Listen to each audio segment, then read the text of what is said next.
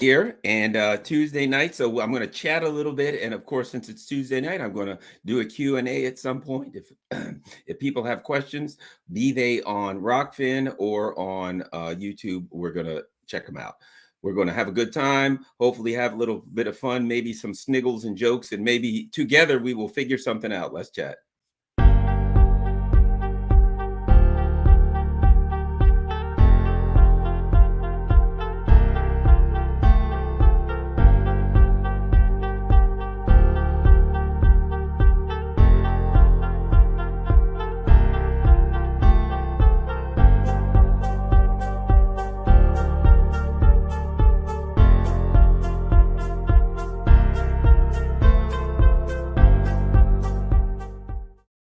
Hello, it's Tuesday night, and I see David K saying, finally, yeah, I was in the other room munching out, dude. I went to the gym, I came home, I set this up, and then I had to do some serious munching, and I'm ready. I'm here, and I'm ready to talk. So what are we talking about? I think I have to talk a little bit about how we got here before I can get to the point about the U.S. just swallowing no, not I was going to say swallowing the UK and the EU whole, but really they're just sacrificing them. They're just picking their bones. They're just throwing them to the wind um, in hopes of saving the unipolar moment, which is already over. So that's what happened here. What is this all about? Let's really kind of get below the surface. We can talk about the U.S. overthrowing the government, right? Of in 2014. If you're watching this, you probably know that the U.S. overthrew the government of Ukraine. Yeah, okay. And all the things the U.S. did in the government, building up the military, bringing the Ukraine military up to NATO standards, which is U.S. NATO is the U.S. It's the U.S. umbrella organization through which they take power of attorney over European foreign policy. They use the EU to take power of attorney over domestic and cultural policy. So the U.S. is okay. We're going to Ukraine. We're going to overthrow the government. We're going to install not just an American-friendly government. That because I've read they overthrew them and they installed an American-friendly government. No. They installed a rabidly anti-Russian government on Russia's border and threw gasoline on the fire. Right? They installed a government that was heavily infested with literal Nazis. And then, after the U.S. installed the government of their choice, they then fed the Nazi movement and the fascist movement, helped it to grow, helped it to get inculcated into the military. So they empowered this fascist movement simply to make the Ukrainian government as rabidly anti-Russian as possible. So that was the game plan to get to make the Ukraine a country on Russia's border that was rabidly anti-Russian. And they fed that for all they were worth. And all along, of course, the Ukrainian people, which is the poorest country in Europe, is just a prop. It's always been just a prop. In the same way that Zelensky is just a prop. It is just we'll talk about what it is they want. It is just a blunt object. It is just a tool, a weapon, which can be used to attack Russia. And eventually Russia figured it out and acted, gave due warning and then acted, right? I mean, think about it right now. For anybody who says Ukraine is a democracy and that it calls its own shots, that it's an independent country, I want you to think about this. With that $40 billion, right? Which when it comes down to it, like 6 billion or something, I've heard arguments anywhere from 6 to 10 billion actually go for training and weapons and things like that. And the rest goes to various other porky national state project, national security projects. But if you think about it, get down to this. Part of that goes for actually paying the bills of the government, paying the actual obligations for the government of Ukraine. So now the United States is saying, we will fund the obligations of the government of Ukraine, which means it's our colony. It also means this. The obligations, part of the obligations is what? To pay the salary of the military, to pay the pensioners, to pay the salaries of all public employees, which includes their Duma, which is their Congress. So now the United States is literally writing Zelensky's check. Not that he needs it, but his advisors around him that are technically their government employees and they get paid. The United States is writing their check. Is there anyone that can argue that that government is independent? The U.S. is writing the checks for the salaries of the government of Ukraine, which is on Russia's border, which is rabidly anti-Ukraine. And there's an argument to be made that Ukraine is an independent country. Well, that's preposterous and absurd. But that, I mean, that's spin. That's not a real argument. It's absurd spin. Okay, but I'm going somewhere with this. So the United States is in, as I was saying, we've taken control. Our government has taken control of Ukraine. For what reason? For what reason? What is the reason that the United States is building military infrastructure on Russia's border in the country of Ukraine? But not just that, building biological research lab on Russia's border in the country of Ukraine. Isn't that weird? Filling Ukraine full of weapons, training Ukraine, the Ukrainian army, training them how to fight, giving them military assistance, doing everything they can to make this a fighting force that fights against Russia. That just was always the plan for Ukraine, to land and the Ukrainian lives. All of those are disposable things to be used to attack Russia, right? And then again, we can talk about all those things, but at some point you have to get back to one question: why? Look along Russia's border, the Baltic states, Poland, Romania. The United States is putting in military. We've put in weapons. We've built their military. We've put in missiles, all aimed at Russia, encircling Russia with bases, encircling Russia in the NATO. Now, here's the question. If the argument is that NATO is there to be protected from Russia, right? Then you're going to have a multi-pronged approach. One of those would certainly be military, right? You're going to have a strong enough military to defend ourselves from Russia. Here's the problem. They don't. NATO does not have a military strong enough to protect itself from Russia if Russia wanted to invade. But why the hell would Russia have wanted to invade? Russia's making money. What the U.S. actually was trying to do, where they got concerned, they realized that Russia was getting deeply economically entangled with the EU. So much so that the EU and Russia are nothing but business partners. Guess what? You ain't killing your business partner. You're not killing the host. Well, if you're neoliberals, neoconservatives. But in the instance, the Russians and the Europeans were doing great. Neither one of them was going to invade. They're both. I'm selling you cheap gas. You're giving me plenty of money, and it's easy, right?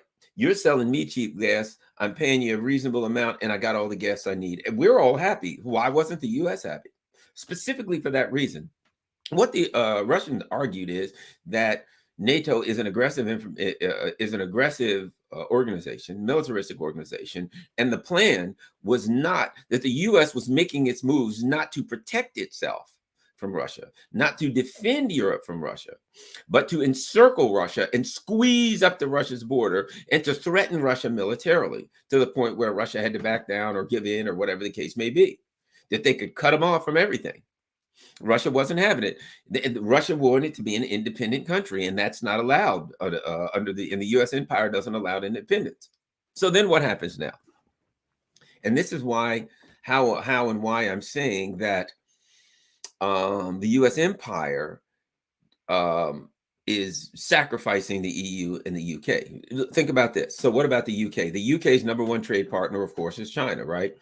I mean, I'm saying the UK, I mean Australia. Australia had a great economy, doing well. Everything's going well. Number one trade partner with China. They're making money. China's making money. Everybody's making money. The US comes in and says, you can't trust these Chinese. You got to start cutting back. So what happens? Australia gets mouthy with China. Stop buying stuff from them. stop. They're starting to threaten them and make threats of war and threats of violence and just all kinds of, running. The deep state is running propaganda 24/7 all over the TVs in Australia to convince the people that China is their enemy. And they start breaking away from business with their number one business partner, and their economy's been going to hell ever since. And of course, if you're watching this, you know what happened during COVID. There was some people in Australia that were very unhappy about severe lockdowns, long-term lockdowns, and severe policies like that. So much so that the Australian Prime Minister Scott Morrison lost here last week in an election. Okay, so what's happening when we look at it? So what's going on? The U.S. says to Australia, which is not in Australia's best interest. Remember, Australia is doing good business with China. The U.S. comes in and says, I don't want you doing business with China. Because here's the bottom line. They can get cheap goods from China, right?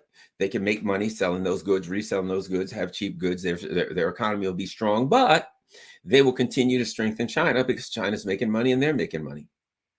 And meanwhile, the EU is working with Russia. Russia's right next door to the EU. It's got every possible commodity they could ever dream of, steel, chemicals, you name it, it's all there. And the US doesn't like that. The US looks at it and says, man, EU, you're doing real good, which means you're even challenging us in some industries, number one. And number two, you're strengthening Russia by doing business with them, and you're becoming business partners, and you're starting to trust and like each other. You'll get along, and I won't be able to say, go away from them. I'm the big dog on the block. So the U.S. sees the EU working with Russia, Russia growing economically, the EU growing economically, both of whom the U.S. sees as potential adversaries, industrial adversaries, and economic adversaries. So the U.S. figures, I'll go in there. I'll go to Ukraine. I'll start to strangle Russia. Now Russia's getting pissed. I'll get Russia to, try to bait him into a fight. Once Russia gets into the fight, guess what I get to do now? I get to go to Europe and I say, okay, you guys can't do business with them anymore because they're evil. And we got to fix them. We'll get them. We'll not do any business with them. Now the U.S. figures then I'll take out Europe, because their economy will die because they can't get stuff from Russia, but they'll have to buy it from me, so we'll make money. So I'm good. Total destruction of Europe, but that's good. That's fine as far as the U.S. is concerned, because you're trying to trash them because you see him as an adversary and they think you see him as a friend. And that's how you know what it reminds me of? There was a country in South America years ago, and the Spanish conquistadors came. And they thought that the conquistadors were like gods or something like that because of some legend they had. And these guys came in with metal all over them and they thought they were gods. Okay. They paid a dear price. Namely, they all died. Well, that's kind of what I'm talking about here. The Europe's trusting the United States to act on their best behalf is suicide, economic suicide. And that's what they're getting. So what's going down is the U.S. gets to get this war going on, which in their belief, these, neocons are idiots. In their belief, they think that Russia is going to get entangled with Ukraine. They feel that they have trained the Ukrainians and equipped them so well that they're going to be able to hold their own against Russia. Well, that ain't working out so good. That ain't working out so good at all. They're spinning. The spin in Western media is that the Ukrainians are doing great and winning, but the battlefield ain't the spin. And the battlefield is the Ukrainians are getting wiped out. But from the perspective of the U.S. empire, that's their job. The U.S. empire doesn't really care how the battle drags on. It doesn't care if they're slaughtering Ukrainians day and night. As long as it continues, that's fine until you run out of Ukrainians. That's the way. And from the perspective of the U.S. empire, that's what the Ukrainians are for, to use them all up until you run out of them, their tools, and then maybe try the Poles or the Romanians. See if those bastards are stupid enough to jump into a meat grinder. That's the idea. Who next? Who wants to go fight the Russians? Yeah, but the last people were all killed. Yeah, well, it's your turn. Shut up and go. Well, what about, are you sending any troops? No. Are you, what kind of idiot do you think I am? No, that's what I got you for. That's what the U.S. empire is ultimately saying to the Ukrainians, the Brits, whoever. Yeah, go on over there if you want to jump in that meat grinder, you idiots. Now, let's get back to destroying your economy because you're a threat. So the U.S. is basically saying to Australia, your choices. I see a road ahead where you work with China and you have a strong economy and you do real well. But that helps to strengthen China and helps to strengthen you. You both will be adversaries. So I want both of you weakened. It says to the EU, I see one road ahead where you do good business with Russia. Your industry strong, you make money, you're warm and toasty, and everybody's happy. Your economy's going up and up. Meanwhile, Russia's getting paid off of that. They can feed their people. They can start to build outside of their cities in some of the poorer areas. You know, once you get outside of Moscow, outside the main cities, St. Petersburg and Russia, you start running in some poorer areas, right? They really need to build out from the main infrastructure. But that's how countries build. You know what I mean? I mean, it's not like that was the plan. They built their cities. They've only had 30 years. It isn't like they had 200 years to rebuild this country. It was torn down to nothing in the 90s. So the Russians are rebuilding. Everybody's happy, but except the U.S., because the U.S. says the Russians getting stronger, and we see them as a threat. Europe's getting stronger. We see them as a threat. They want everybody weaker. So now what do? They get this flame up on Russia's border. That's why I don't think the U.S. wants to send troops or get involved. I think this has they got bigger fish to fry here. This is about the economic war of attrition. Now, the war on the ground is not turning out the way they want, and I think they got a problem. I think they got a couple of problems. One of them being that the people in the U.S. are like, hey, what about the price of gas? And I can't get any baby formula. So, you've got to deal, look up Maslow's hierarchy of needs, right? You've got to deal with the basic needs of food and safety and things of that nature before people are ready to hear some high and mighty spiel about how they have to stand up for democracy in some country 7,000-8,000 miles away. I think first they want to hear, I got food, I got gas, I got a roof over my head, and we are going in the opposite direction of that. So the ruling elite class is facing, a U-turn from a lot of people at home, or starting to say, nah, we need to take care of home first. The Europe is done toast. They're getting wiped out. I'll put it like this. I could tell this story 100 times. There's not one direction I could take it where Europe doesn't get fried. I mean economically, because it's already economically fried, and the people that are running it are so inept, incompetent, and corrupt that the great crisis that you have, and this is a crisis that we face here in the United States and you guys face in Europe. A great crisis is when you have a crisis and the ruling elite class is too inept to handle the crisis. That's the crisis we have, which means they can only make it worse. And think about this. We got a worldwide food crisis. And keep in mind, when I say the U.S., in firing up this conflict and keeping the conflict going with China, deliberately to stop trade between Australia and China, to stop trade between U.S. and Russia Europe and Russia to an absolute minimum, to the detriment of all four of those entities. Everybody's supposed to hurt but us. That's the plan. Everybody's supposed to be economically destroyed but us. And additionally, it's going to cause some real hunger and starvation in developing nations, but who cares about them anyway? That's who the United States wastes and trashes and kills regularly and steals their stuff. So what would they care about the people in friggin' Namibia or wherever? They're gonna go take their bananas and coffee and whatever they got, uranium, whatever comes out of their mine. So the U.S. doesn't care. They're irrelevant. So the U.S.'s attempt to thwart the growth, and let's face it, that's all it is. The U.S. wants to thwart the growth of Russia and China. I mean, they say China's a threat, China's rising there, but let's distill it down. What is the actual problem that the U.S. has with China? And please don't hand me that liberal interventionist stuff. The liberal interventionist works like this. We're goody doers, and we're standing up for the rights of the people in that country. We're standing up for the Uyghurs in that country. We're standing up for the people need more rights, more freedom. That is the liberal interventionist neocon. It's amazing how many conservatives you hear make the liberal interventionist neocon. The liberal interventionist is, we're superheroes coming to save the people of that country from their evil leaders. And then we must demonize the leaders. Well, their leader is clearly a dictator, and we must come in as heroes and save the people in that country from their leaders. That is the liberal interventionist argument for war. That is the Victoria Nuland. That is the U.S. inside the beltway neocons. We're coming to do good. It's always a lie. They're not. They're going to go into that country. They're going to steal their stuff. They're going to murder people. They're going to rob them blind. And then they're going to leave that country impoverished for somebody else to fix. Ask Afghanistan. They've left Afghanistan a pile of trash with nothing but $7 billion worth of weapons. Or probably they said probably $87 billion worth of weapons. That's what they did. They left billions of dollars worth of weapons all over the country. A lot of it never even used, because who cares? Who cares? Thousands and thousands of guns, hundreds, millions and millions of rounds of weapons, radios, helicopters. How do you leave 100 helicopters with the cost of a helicopter? How do you leave planes and fighter jets and stuff like that, and M1A1 tanks? How do you actually leave that stuff? MRAP, anti-mine vehicles. How do you leave stuff that costs that amount of money laying around in the mountains?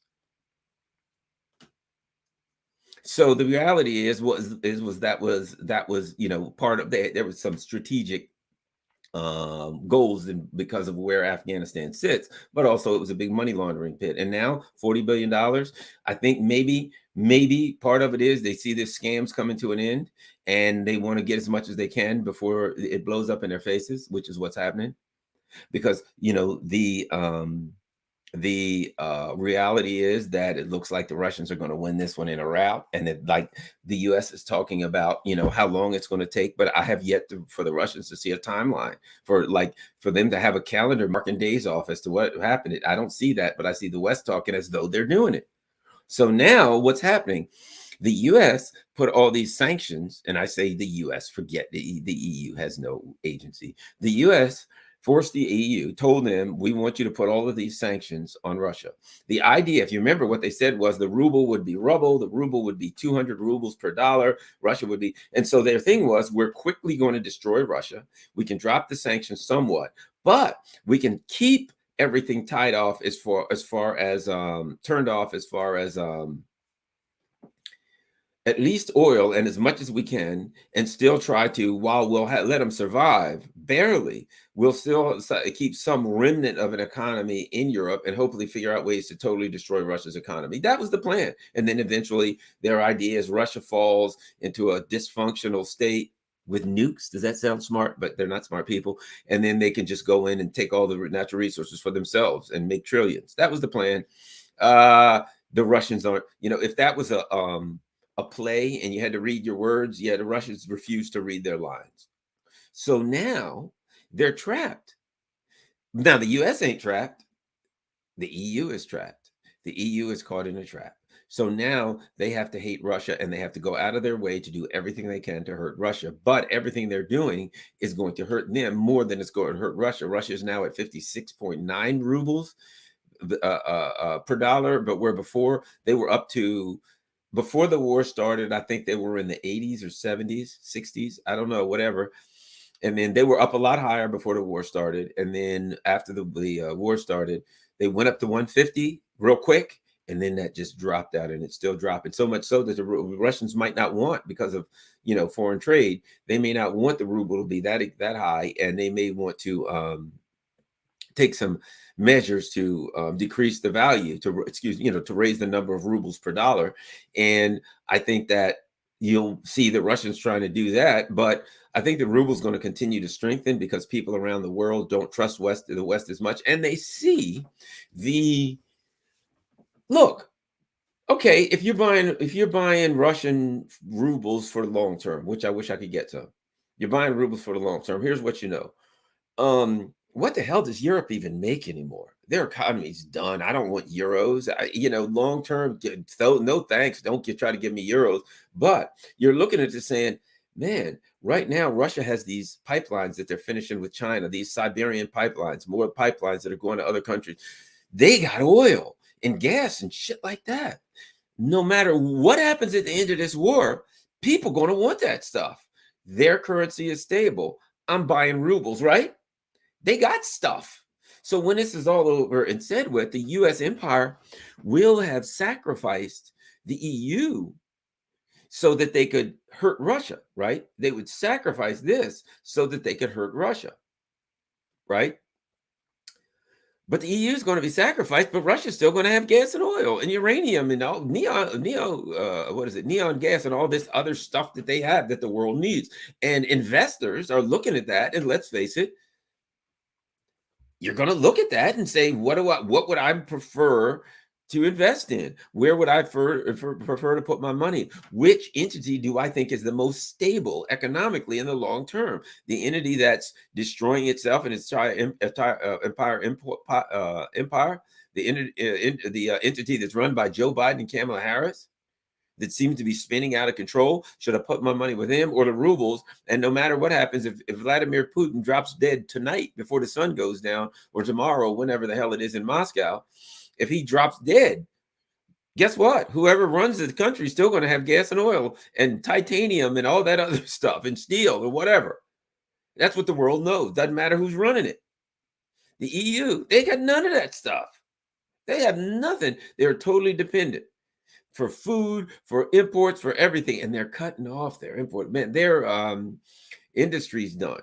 And so in the end, and here's the parasitical part of it.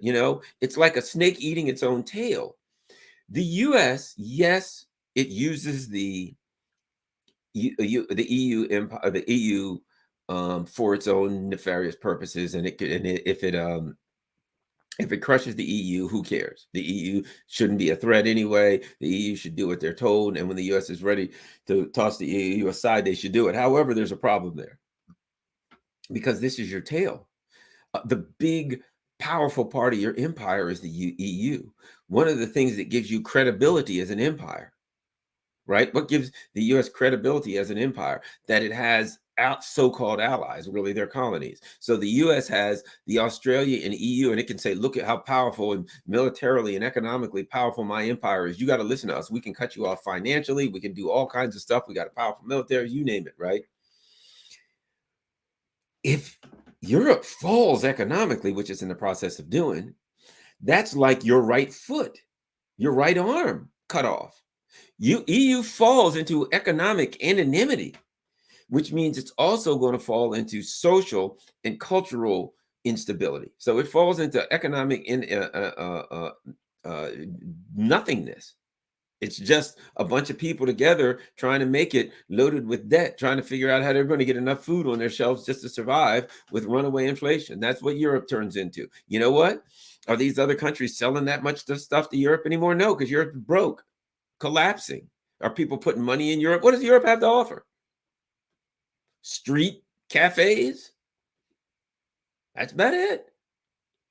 And they'll be flooded with Ukrainian refugees, 6 million Ukrainian refugees. People are going to be pissed. So it'll be very unstable economically. It'll be unstable culturally and socially, politically unstable.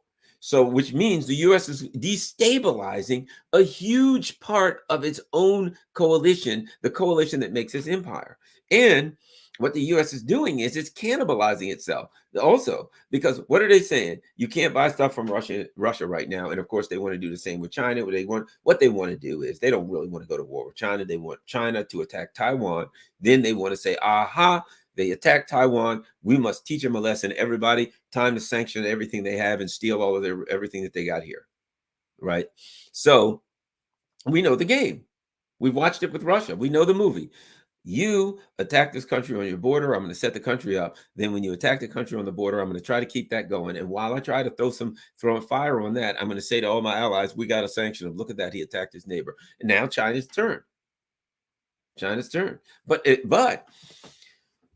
would be, can you imagine the total destruction if Europe is not bad enough now? And the same with us. That's our number one trading partner. We're going to go to really war with our number one trading partner, economic war more likely than anything else. We're going to have an economic war with our number one trading partner. After we cut off the number one commodities, we're going to cut off the number one trading. It's almost like I'm going to turn over the whole chessboard and destroy this whole thing, hoping that I'll be the only one left standing. But that probably ain't likely it. And here's the problem.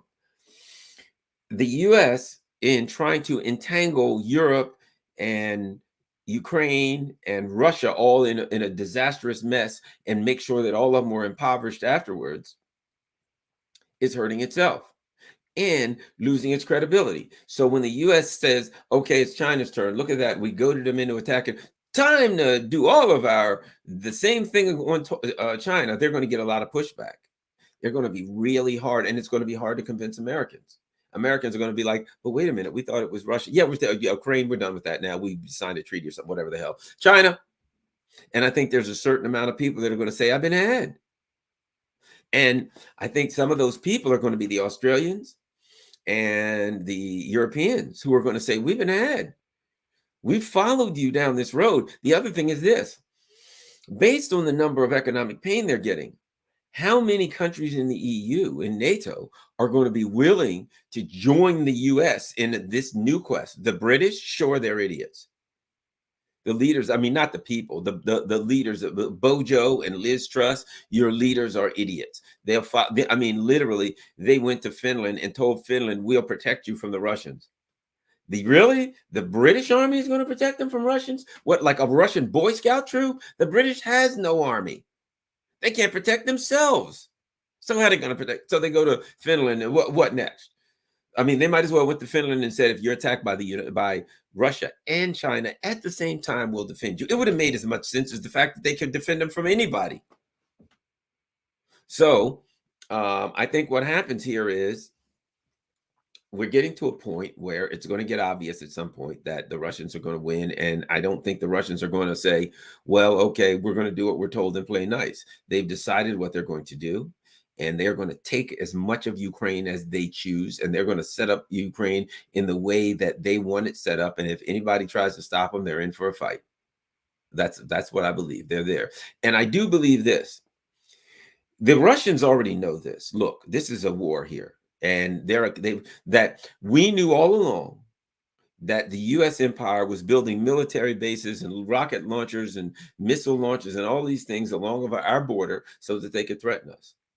And I believe that when the Russians sent that letter out, I believe it was December 17th with their list of security demands, I feel like they aimed to see that all of those demands are met, that they were not requests, they were demands that Russia intends to enforce. You need to go look that up if you don't believe me. They intend to see all of those demands through. The first one was a neutral Ukraine. Now, there were some other things they said, such as we need you to get at to remove the rocket launchers, I think, out of Romania and Poland, and we need you to back NATO's military infrastructure back to where it was in 1996, right? Get up, back off our border, back up. And here's where I think the Russians are. I think the Russians are where they've just decided if they got to fight their way out off their border, I think the Russians have decided they're going to get their border clear, or they're going to fight, the old saying, I will get what I want or die trying.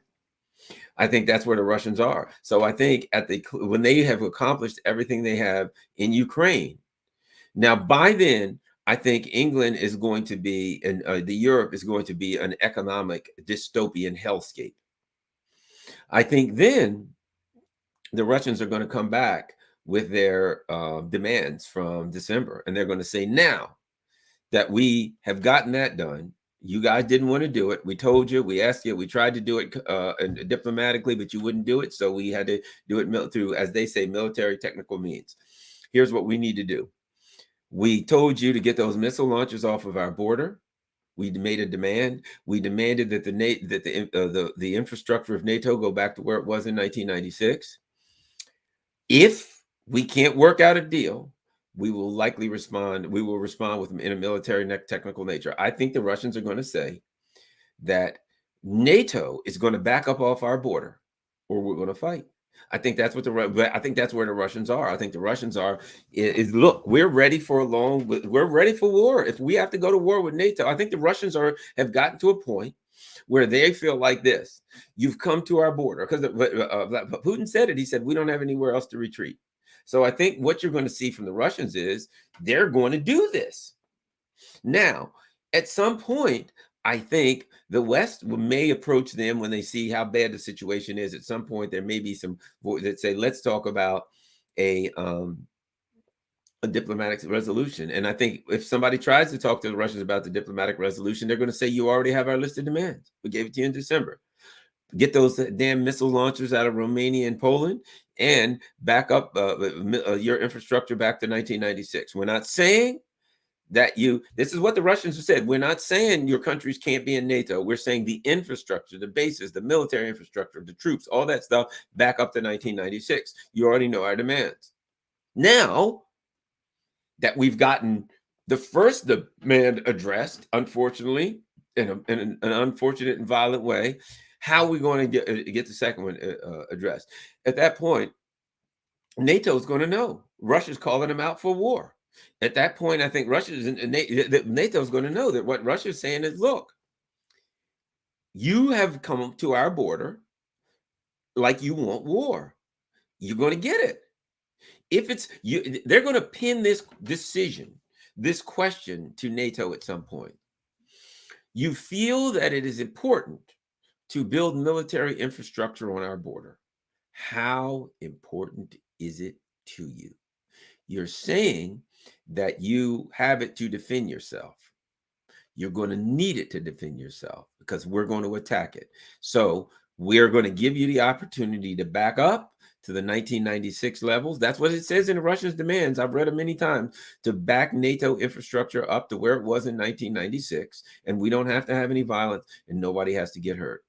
But if you're not willing to do that, understand something. We're going to do everything within our power to make sure it happens one way or the other. It's got to go back there.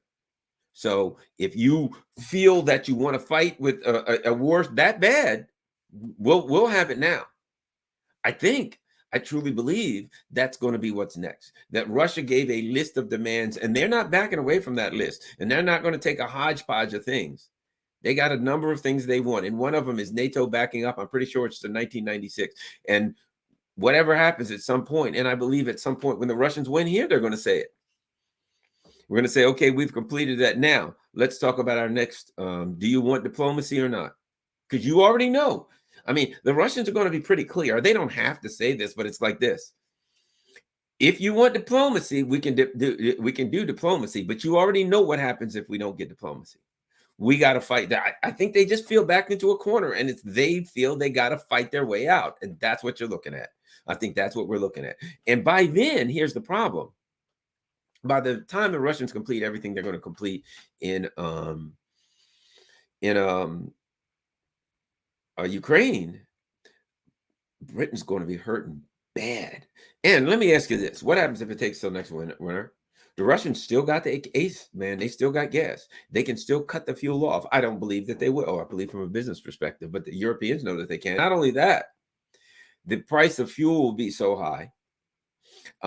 It's going to be that the European countries will have fallen into instability because people won't be able to afford to live and survive. They'll have like hyperinflation, basically, or effectively hyperinflation, in that if fuel is so high that you can't afford to survive, it's the same thing. If one commodity overwhelms you, and if those commodities have overwhelming prices, that shut down the industry. You can't make cars, you can't make all the things you need because the prices of commodities are so high. So now what do you have? Massive layoffs throughout Europe, massive poverty, and the people in Europe are going to be flipping furious. Their lives are going to be, their cities, everything just destroyed with poverty, completely deindustrialized. Italy, Germany, that's what's coming. That's what's coming. So at that point, when Russia says now back up off us, they're going to be, first of all, they're going to be so furious they'll probably have replaced all of the people that run their governments. It wouldn't surprise me at some point if the people in Europe aren't trying to like prosecute the people who made this mess. It wouldn't surprise me, because this is a mess. And of course, the Biden administration, now they're going to China. He's going to Asia saying, hey, you know what? We'll defend Taiwan. So the bottom line, we are at a point now where the decision has been made. The EU, well, it wasn't a decision to make. It always is the case. That's what the colonies are there for, to protect the home base. So the Europe and UK, they're getting sacrificed. They're done in the same way that Ukraine got sacrificed, with no conscience, with the, they're going to sacrifice the lives of hundreds of millions of Europeans and go drink a cup of tea. And the only thing the Europeans will have left is their stinking blue and yellow flags hanging out of their front windows. That's it. They're going to be looking in the mirror saying, boy, we were stupid. And those of us that were called Russian bots for telling them how stupid they were, I don't think we're going to get any glory out of it either, because we live in these zombified messes. At any rate, let's see. Do we have? I did see. Oh! I saw a super chat. Let's look at it. Golden silence. On the anniversary of 31st of Eritrea independence, we find ourselves under assault by TPLF, U.S. proxy in East Africa terrorists. U.S.-UK coups and sanctions have failed. Victory to the masses no more. That's a fact. The United States is working to use the Tigray People's Liberation Front, which is an ethno-fascist organization, to destroy the democracy of Ethiopia. So no more. That's what that's what the which we call it sign is. That's what the hashtag is. Scott Ritter says Russia will lose now. Thoughts? I don't think Russia. He's saying Russia will lose. I just think Scott it feels that the U.S. is given about $10 billion worth of weapons to Ukraine, and he feels that that'll make a difference. I don't know. I don't think it will. I think Ukraine has a number of problems, and I think as their troops get wiped out, don't underestimate the importance of morale. And as the Azov-style Nazis been nabbed and they've been dragged away with a white flag, as unfortunately the Donbass people, their troops in Donbass, tens of thousands of them just getting overrun and dominated by the Russians. The losses, astronomical losses. A lot of people at home are not going to be happy. So I think it's going to be difficult for Ukraine. And I never heard Scott say that Russia was going to lose. I heard him say that he thought they were going to have some problems with a reconstituted Ukrainian military. I do think the Western Ukraine better be careful. There's a lot of Russian speakers in Eastern Ukraine, and the Russians went through there with kid gloves and tried not to bash everything to pieces, even though the spin you got in the mainstream media was the opposite. I think that the areas in Ukraine, Western Ukraine, up into Poland, that area, I think that they are a lot of people that hate Russians. And if Russia feels like it's getting some challenges from that area, it ain't going to be soft touch. They'll come in and bomb a lot of things flat. That's unfortunate. I don't like that, but I think that's what the U.S. would. In fact, let me add this. That's what the U.S. would prefer. They would want to provoke Russia to continue the war and hopefully to bomb as much area as they can. The United States is trying to get Ukraine turned into rubble just so they can use the fact that Ukraine is turned into rubble as a public relations tool. That's it. They want all the Ukrainians to get cities to be bombed, all of them killed, just so it'll be a good public relations tool. That's how psychopathic these people are. But I don't think I think that the Russians have a lot of intelligence, and for the West to be able to get a lot of weapons into Ukraine in a manner that they could be distributed to troops and used effectively, I just think that's tough. And what happens is the way the Russians are taken, when they take the Donbass, they're taking every city inch by inch, foot by foot. So once they take it, it's fully, the word they're using is liberated. In other words, they're in charge of it in every way, shape, or form. They're putting in and what's Russia doing? If you look at some of these cities, they're bringing in bank trucks and they're exchanging people out to hryvnia, which is the Ukrainian money. They're bringing in big trucks of money and they're changing people's money over into rubles. They're putting in banks for rubles. They're rebuilding Mariupol. They're rebuilding stuff. They want to get it back going as quickly as possible. I saw this thing where there's these lines of bulldozers. I think the Russians have a plan, and the plan is to take what they want, what they need to take, and then build, try to get this thing back going again. I think they want to take the full coastline, and I think they will, and they'll fight for it. If the U.S. or NATO thinks that they're going to get down and protect Odessa, they're going to have a fight for it, or Kharkov or anything like that. And who knows about Kiev? It's possible. But they're going to do what they're going to do. They're going to go as far as they have determined that they want to go, and it's on their border. And I think their military is powerful enough to do it. And the only question is, will the Poles, could they try to get involved? It would be really stupid, and I think they'd take horrific losses if they do. I think the Russians would just bomb the living daylights out of them, to be honest with you. If the Poles started putting people in an area and the Russians didn't want them there, I think they'd make an example out of them. I really do, and that wouldn't be pretty.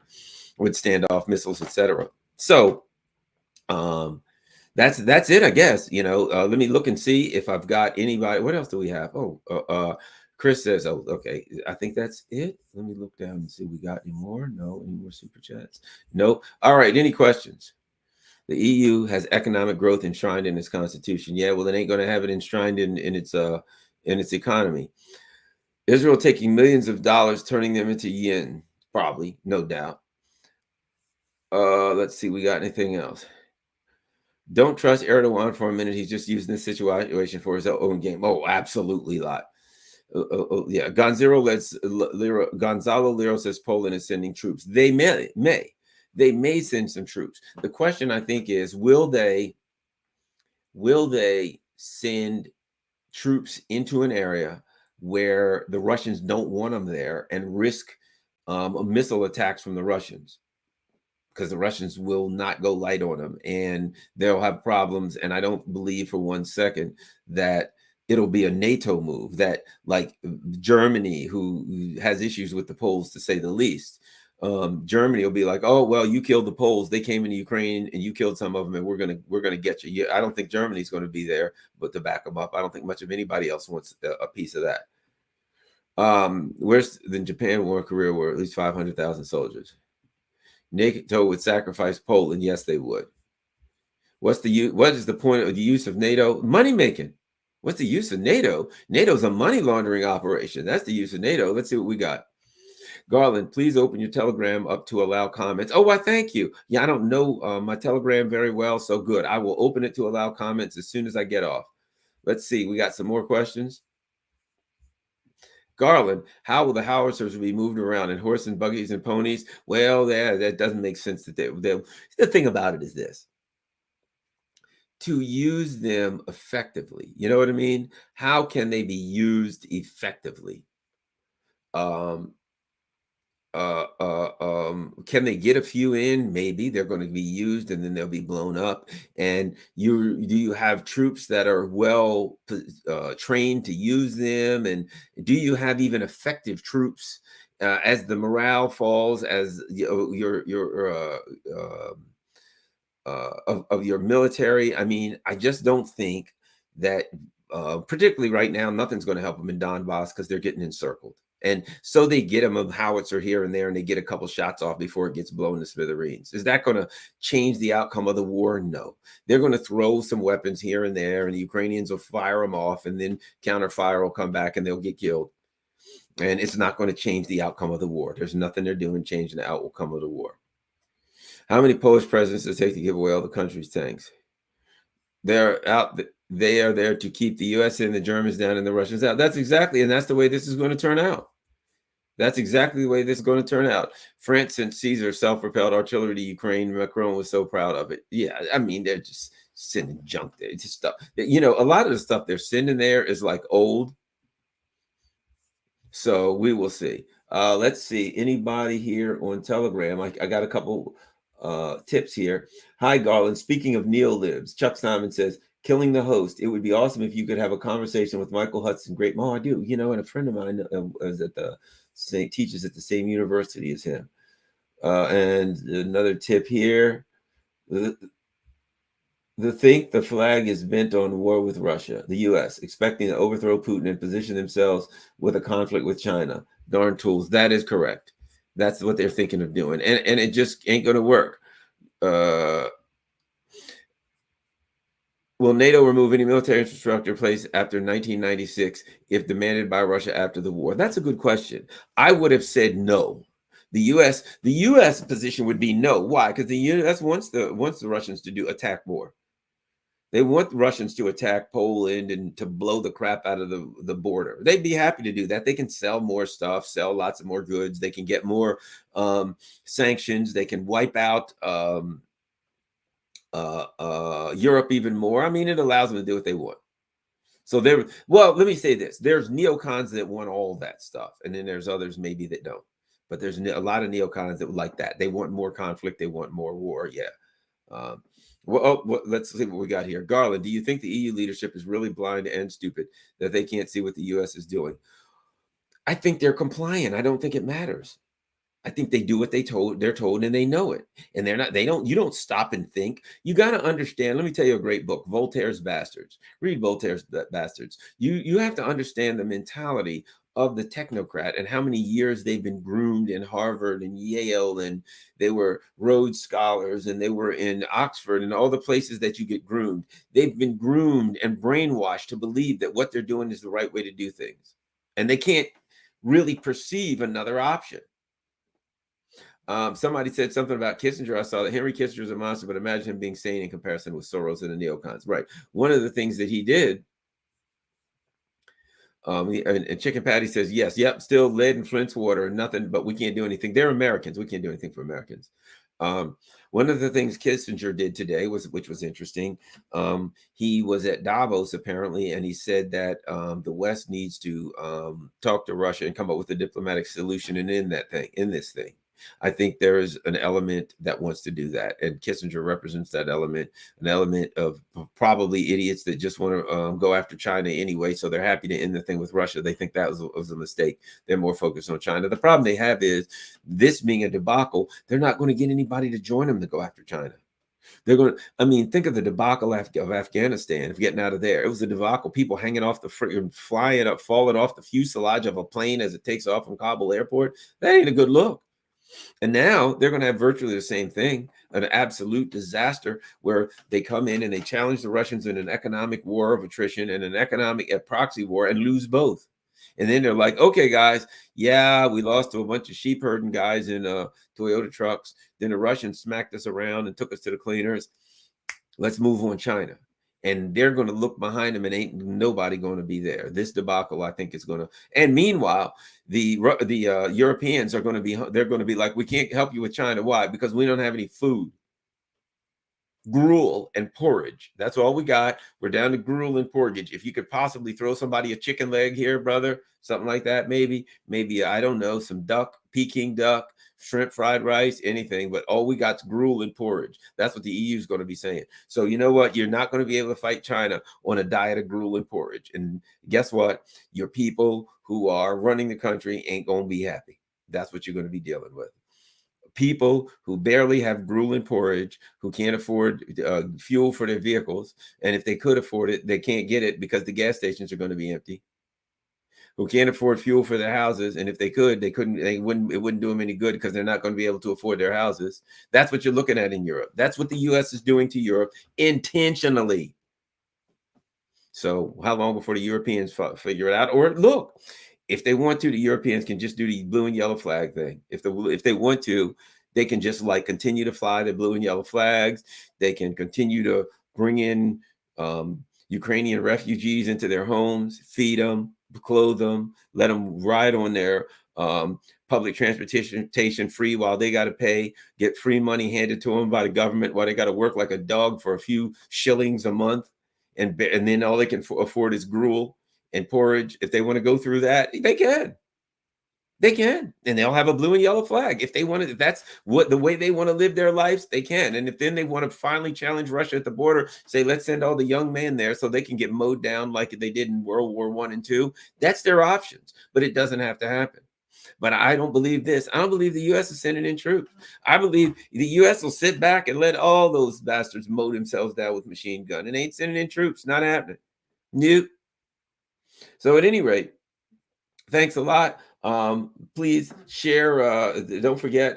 Let me do this. Let me. One thing I always try to do, because there may come a time when I may get tossed off of Facebook. So I'm going to share the Rockfin stream on in the comments so that everyone who's watching, all 361 people, please make sure you A, smash the like button, and B, make sure all 361 people go to my Rockfin page, just in case, because they may shut me down at any time. Go to my Rockfin page and make sure that you can subscribe. If you can afford it, it's $9.99 a month. You can become a member.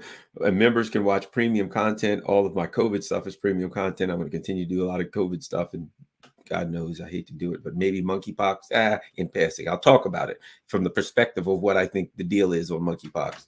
And I mean, I'm not doing some conspiracy theory thing or whatever. I'm just saying there ain't a lot of cases of monkeypox. There really is no reason for people to go berserk. It's probably like more people have like some weird diseases that you never heard of around the country than monkeypox. It seems like a bit of a public relations PR deal going on with that. But at any rate, all that stuff will be premium. The stuff that I do, the medical stuff is premium.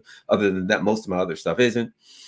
So my Rockfin channel's really worthy, and I could get tossed off. So my email is garlandin@gmail.com.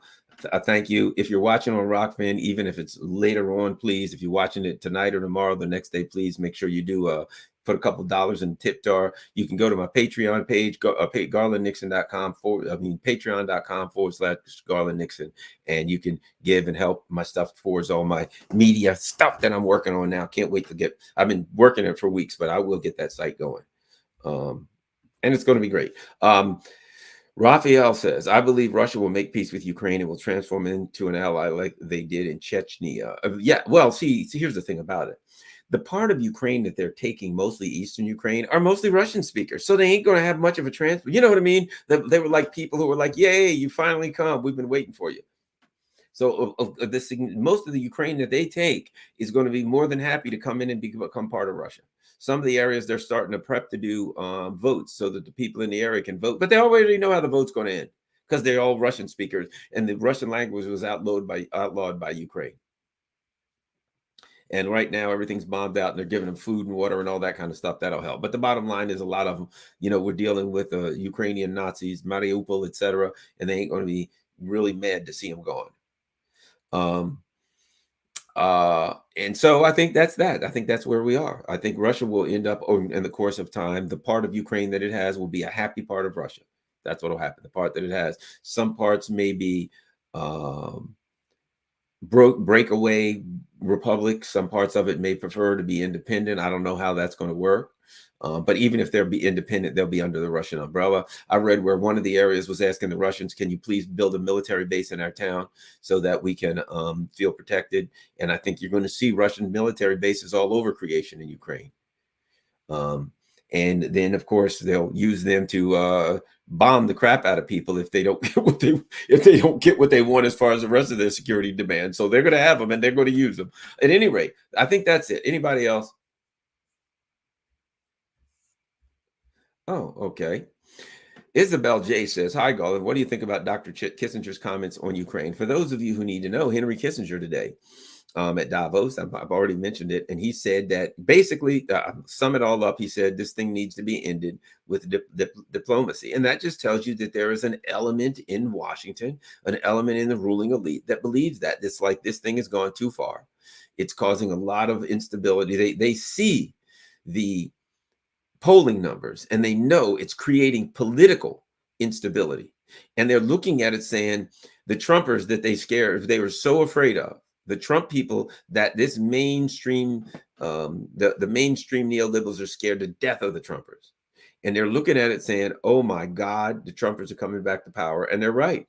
And so I think Kissinger's people are weighing this, saying, is it worth it to have these few months of so-called glory of humiliating the Russians, only to lose in a massive political and economic debacle and military debacle, right? To lose all of that. And then the Trumpers come back to power. And now they're naming people in the Supreme Court. They're feeling, and it is a Trumpity Trump country, because those are the people that have come to power in the biggest kind of way, that they win so many of the governorships that they can call a constitutional committee. I mean, there's so many things that could happen potentially.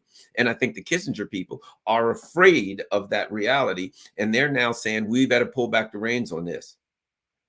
This thing's getting out of hand. And they realize it's going to last and last and last. And that if you're going to lose in a, militarily and politically, because when they say, let's make a deal, what they're saying is we got to go to Russia and see what Russia wants. It's not saying, well, I'll put it like this.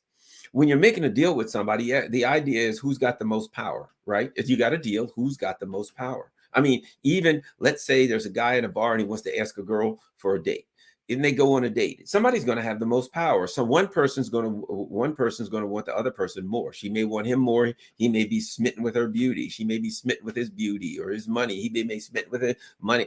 Something they have, their physical, their body, whatever it is. One person's going to be more in love than the other, and it never fails that. It's rare. You're lucky if it goes both ways, but oftentimes one person's smitten more by the other than the other person, and you're the luckiest person in the world if you're not in that situation. But when it gets said and done, if you are saying to Russia, we need a diplomatic solution, Russia knows that they're in the driver's seat. They won, and they're stronger. And now the whole world looks at them and say, holy shit. You walk up to the United States and you said, well, do what I tell you or I'm going to fight you. And the United States said, no, I'll do a proxy war with you. And you kicked their ass. And the States said, okay, well, in that case, I'll do an economic war. And you kicked their ass. And they came crawling back to you and begging for mercy. That's the way it's going to look. You know why it's going to look like that? Because that's the way it would be. But Henry Kissinger is saying I recognize that. But the alternative is even worse. And I tend to agree with Kissinger. The alternatives for the United States, there are no better alternatives than that now. Not in the long run. Okay, we got more. Let's see. Let us see. Oh, they're coming in. How about we go to here? Hey, from Sweden, Mr. Nixon. Garland for me. Robot. A good old robot. Staying up late to hear you. You are very good on EU analysis. Your show with McGovern and Ritter was pure gold. Thanks a lot. I really enjoyed it. I thought it was great. Those guys are brilliant. I have to get them back together again. I talked to Scott today, in fact. I talked with him today. So I'll have to see if those guys want to come back together. That'll be great. So I guess that's about it. We're out of questions. Hillary sees Kissinger as a mentor, and I doubt she would agree with him. Clinton is even a worse warmonger. That's a fact. That's absolutely true. We might have something else. I want to tip every single Garland video on Rockfin. Rockfin is so much better than YouTube. It really is. You know what? Here's the main thing. Garland, you're amazing. Oh, thank you. Here's the thing about Rockfin, to be honest, that I noticed right off the bat, and I've got them both up. The video is better. And the audio, I mean, honestly, the video on YouTube is fair. It's fair. It's okay. It's not bad. It's not like you're watching it to watch a sci-fi movie and you want to see every grain in somebody's face. I certainly don't want to see every grain in my ugly face. But when you look at Rockfin, the video, I mean, that's the first thing you notice. The video is so much better. And I've talked to the people who run Rockfin, who own it, and they're basically like, yeah, that's one of the big things they wanted to do was get really good video. So I'm a big, you know me, I'm a big fan of Rockfin. Oh, someone else says, like anyone can understand what the half-dead psychopath is saying when he mumbles things. Yeah, before I go, I got to talk about that a little bit. And that is Biden. Take an example the last few days when he said the United States, if China attacked Taiwan, the United States would defend Taiwan militarily. Here's what I think about that. Because a lot of people said, oh my God, that's the policy. Maybe.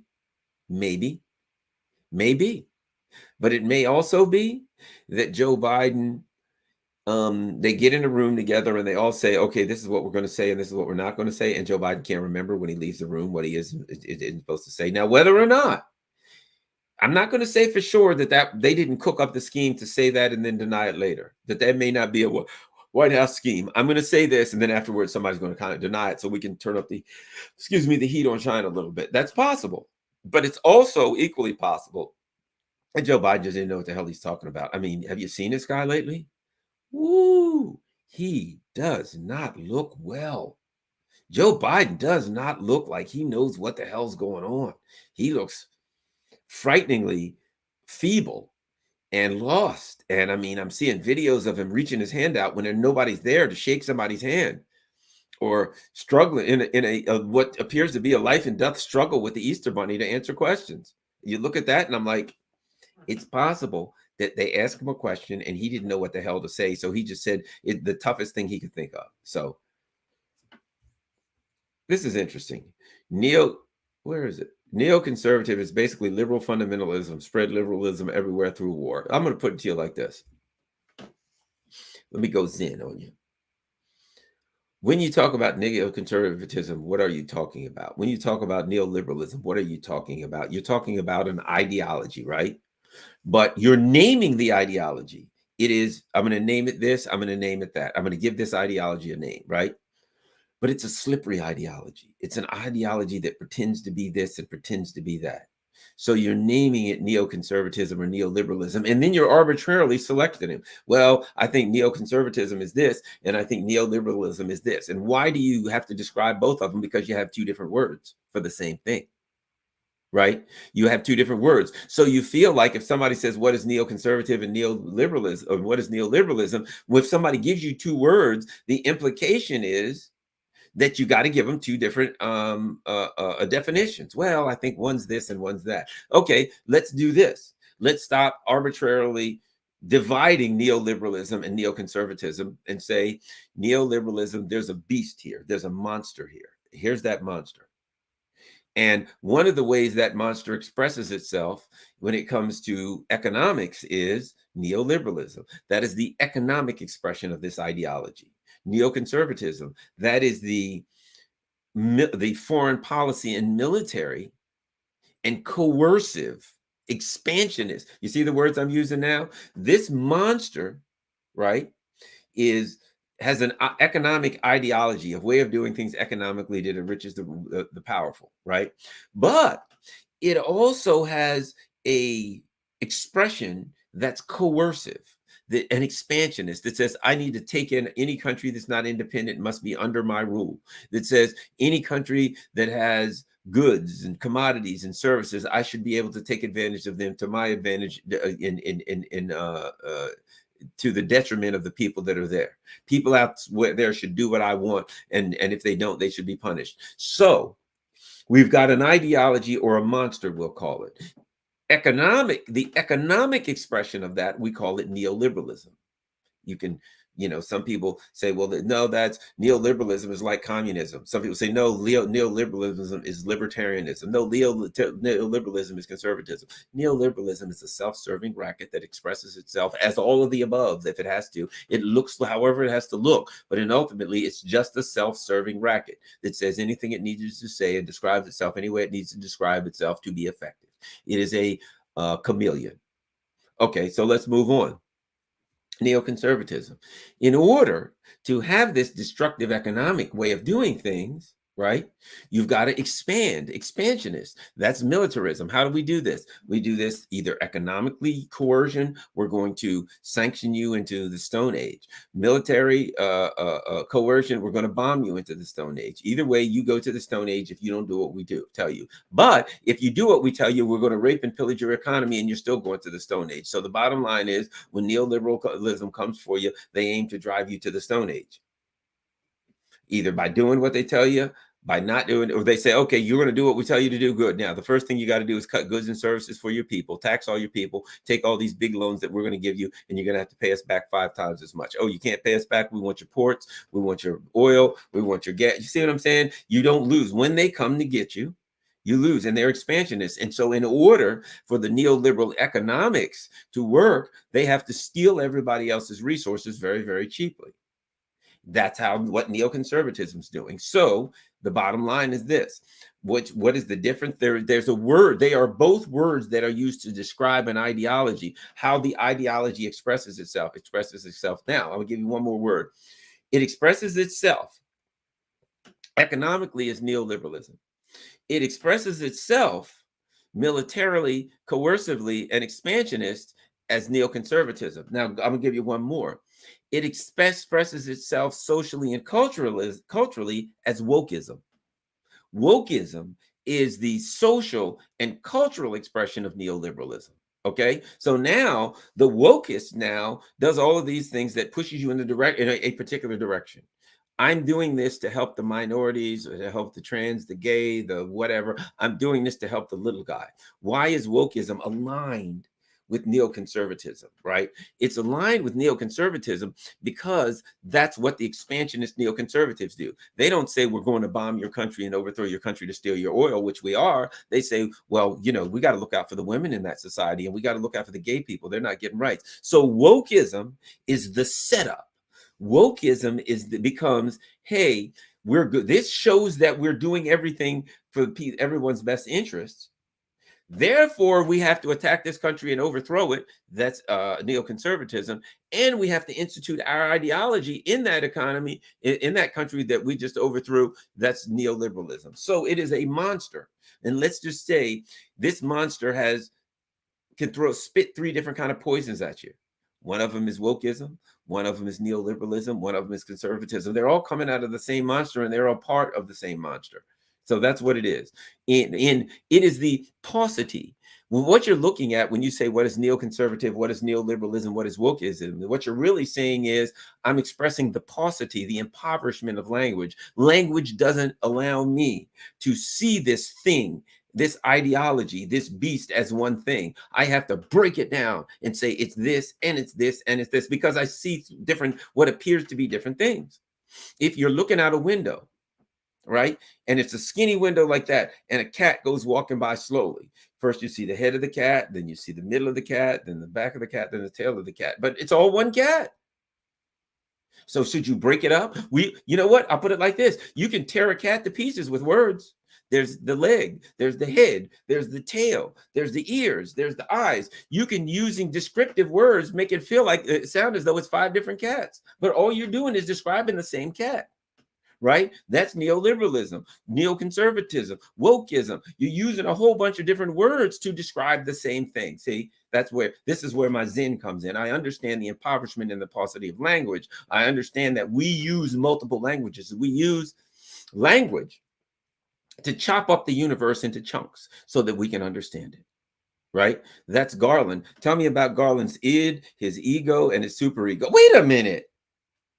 Id, ego, and super ego, you've now divided Garland into 3 different guys, and every one of them has different needs, and they're going to do weird things. Well, that's his id right there. Well, that's his ego. There's the super ego. Now, is there 3 Garlands? No. What we have is we've used words to chop a Garland up. We use words to divide and chop things up into tiny chunks so we can understand them, almost like we use words to create a net that we can drag through the universe, and we can suck everything in and pick up everything into that net using words. But when we understand how these words can be restrictive, that's when we understand neoliberalism, neoconservatism, wokeism, and we can find lots of other things. If we say, how does it express itself politically, culturally, because the wokeism is politically too. How does it express itself? Neoliberalism expresses itself politically, culturally, on and on and on. Sexually, this monster, this beast, how does it sexually express itself? Well, one of the ways that it does is it tries to get people interested in what other kind of sex that other people are having. Is someone gay? Are they bi? Are they that? That's about what kind of sex people are having. You should be concerned with how other people are having sex. That's some reason that's your concern. If they're having it certain ways, then you should be proud of them, and you should venerate and vilify them if they're having sex with certain types of people or not having it with certain types of people. That should be vilified, venerated, lionized, as opposed to saying it's none of my damn business. What are you talking about? I don't need to know what kind of sex people are having, and I don't want to know. Kind of freaks me out to think about, tell you the truth. Although some people, you might look at a picture and say, yeah, I want to know, how about that, right? Sure, you're human. But you're not even allowed to say that. You're not allowed to make off-color jokes. You're not allowed to talk about and joke about the dark side of humanity. You're supposed to be prim and proper and believe women, whatever that means, whenever that's appropriate. Me too, whenever that's useful and appropriate, whatever you need. There you go. So you can say when it's appropriate, you can say we have to believe women, except if there's an allegation made against Joe Biden. And then you can say, hey, we're here for democracies. We're here, and China's not a democracy. And when someone says, what about Saudi Arabia? You just shut up and slink away and then come back and say, what about China? Why? Because everything is convenient. You use it as a weapon. Everything's weaponized. So we could keep talking about this beast, this monster we're looking at that expresses itself in politically and socially and sexually and economically and militarily. But again, we're all talking about the same beast. We're just talking about what we can see coming from that beast so that we know it's there, right? That's it. Let me see. I got some other people who hit on.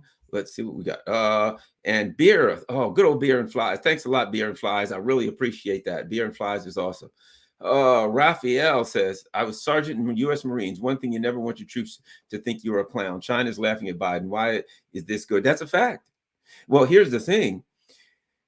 China's the other people thinking he's a clown. The troops are us. I mean, and you make a good point, because the troops, they're like, hey, what do you think of the colonel? We're like, yeah, the colonel, right? He's an idiot.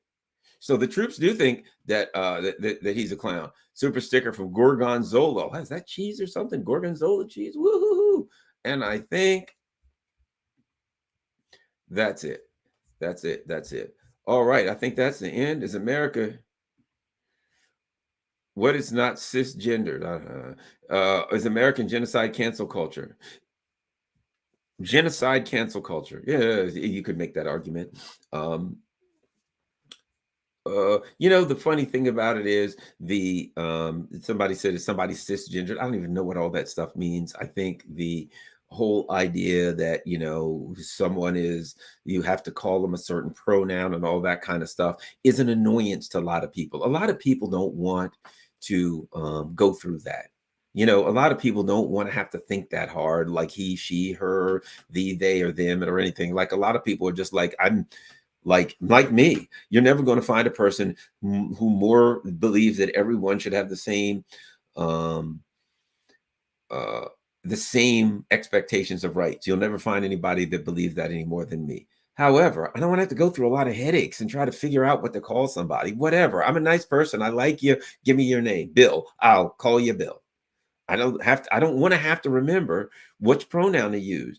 And it makes me feel like I'm being manipulated by society. It makes me feel like a big setup, so that you can say, make sure you use the right pronoun. And if you don't use the right pronoun, then we're going to go after you. That gets to be old, and I ain't trying to hear it. I just don't want to go through it. How's that? It ain't got anything to do with who we're talking about or what their orientation is. I'm just lazy, and I just like to live my life. Is that too much to ask? Abby Martin is friends with Jimmy Dore. Jareed is cancel culture and is in Langley. Okay. I like Jimmy Dore. I think he read it early, and thank you. Robot Ojalis. Yes, I did read Robot stuff earlier. And thank Robot. Robot was awesome. If we have a nuclear war, does New York City get hit first? I don't think it matters much at that time.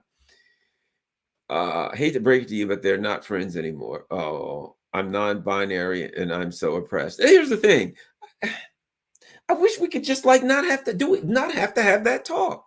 Let me say this on the whole wokeism thing. Am I wrong if I just don't want to have that talk? Hey, how you doing? My name's Bill. Hi, Bill. Hi, Bill. Hey, nice to know you, Bill. I don't have to say, Bill, what is your sexual orientation? I don't need to know. I can see as much as I can see. Your name's Bill. Could be a woman, could be a man. My mother, quick story. My mother's name was Willie. My grandfather wanted to have a son and was going to name him Willie Lee Hart. And when my mother was born, he says, well, I had a girl. Oh, what the hell? I'm going to use that name. I doggone it. I came up with that name and I'm using it. And my mother's name was Willie Lee Hart. So who knows? And you know what? My sister's son, when he was little, used to call her Bill. Willie. He called his grandmother, he called her Bill, which is short for, a lot of, if your name is Willie, they'll call you Bill, right? William, Bill. So Bill could be anyone. But so what? Who cares? We don't need to get in this argument over distractions. To me, when you get into that kind of stuff a lot, it's distraction. It implies that because a person is mixed up or confused or old or doesn't understand what they're supposed to be calling somebody, it implies malice. It implies that if you don't do it right, you're doing something wrong, as opposed to you just ignorant or you're just lazy. In my particular perspective, a little of both. I'm a little ignorant and a little lazy. And if your name's Bill, I just want to call you Bill. And see that you're treated. I would defend your rights with my life, your right to be treated fair and the same as everybody else. But don't give me a hard time because I called you the wrong. I don't want to hear that. I guess that's it. This person says, I fully support LGBT. By the way, I just think the obsession with pronouns gets out of hand. It's a distraction and it pisses people off. Why piss people off? I remember somebody asking me, well, you're all mixed up, Garland, and you've got all of that Native American and all that crap in you. And Don't you think you could be considered a BIPOC? What the hell's a BIPOC? Black or indigenous person of color. No, I don't want to be considered a BIPOC or a POC or anything. My name's Garland. That'll work. That'll work. If you call me Garland, you can't go wrong. If you call me a BIPOC, I'm probably going to have a problem with that because I don't know what the hell it is. Hey, BIPOC, get out of here, you stinking BIPOC. I don't know. Is that an insult? How would I know? I don't know I don't know how to interpret it. But if you say, hey, Garland, peace. What's happening, brother? Hey, pass me a beer. Couldn't do it fast enough. Click. There you go. But if you say, hey, BIPOC, what is that? Black or indigenous people of color. I don't want to hear it. You're calling me a thing. You're calling me an object. You're calling me a description. No thanks. You're calling me an acronym. Not interested. Garland, that'll work. You see, I look on the side. You know what I see? Hey, thanks, Garland. Great job, Garland. Not, hey, way to go there, old brother BIPOC. No. And it's a sad state of affairs that a lot of young people are being brought up to believe that it's more important to have acronyms. It's more important to be called he, her, there, they, or whatever, than it is to treat people with respect. It's more important how you treat people, that you have respect for other people. They're going to do all this BIPOC crap. Oh, what do? I support bombing country X. I don't care what I call you. You're supposed to say, no, I don't think it would be right for us to bomb country X because innocent men and women and civilians will die. Oh, there's a conflict going on. How do you think we could fix it? Should fix it there, Mr. BIPOC Nixon? Well, I say we keep bombing. No, I'm supposed to say, is there a way to get to is there a way for the two sides to get together and have some kind of a diplomatic solution? That's what I say. I don't care what you call my pronoun. I'm caring where your policies are. What do you think about medical coverage? I think everybody in our country should have. Oops, sorry about that. I think everybody in our country should have medical coverage.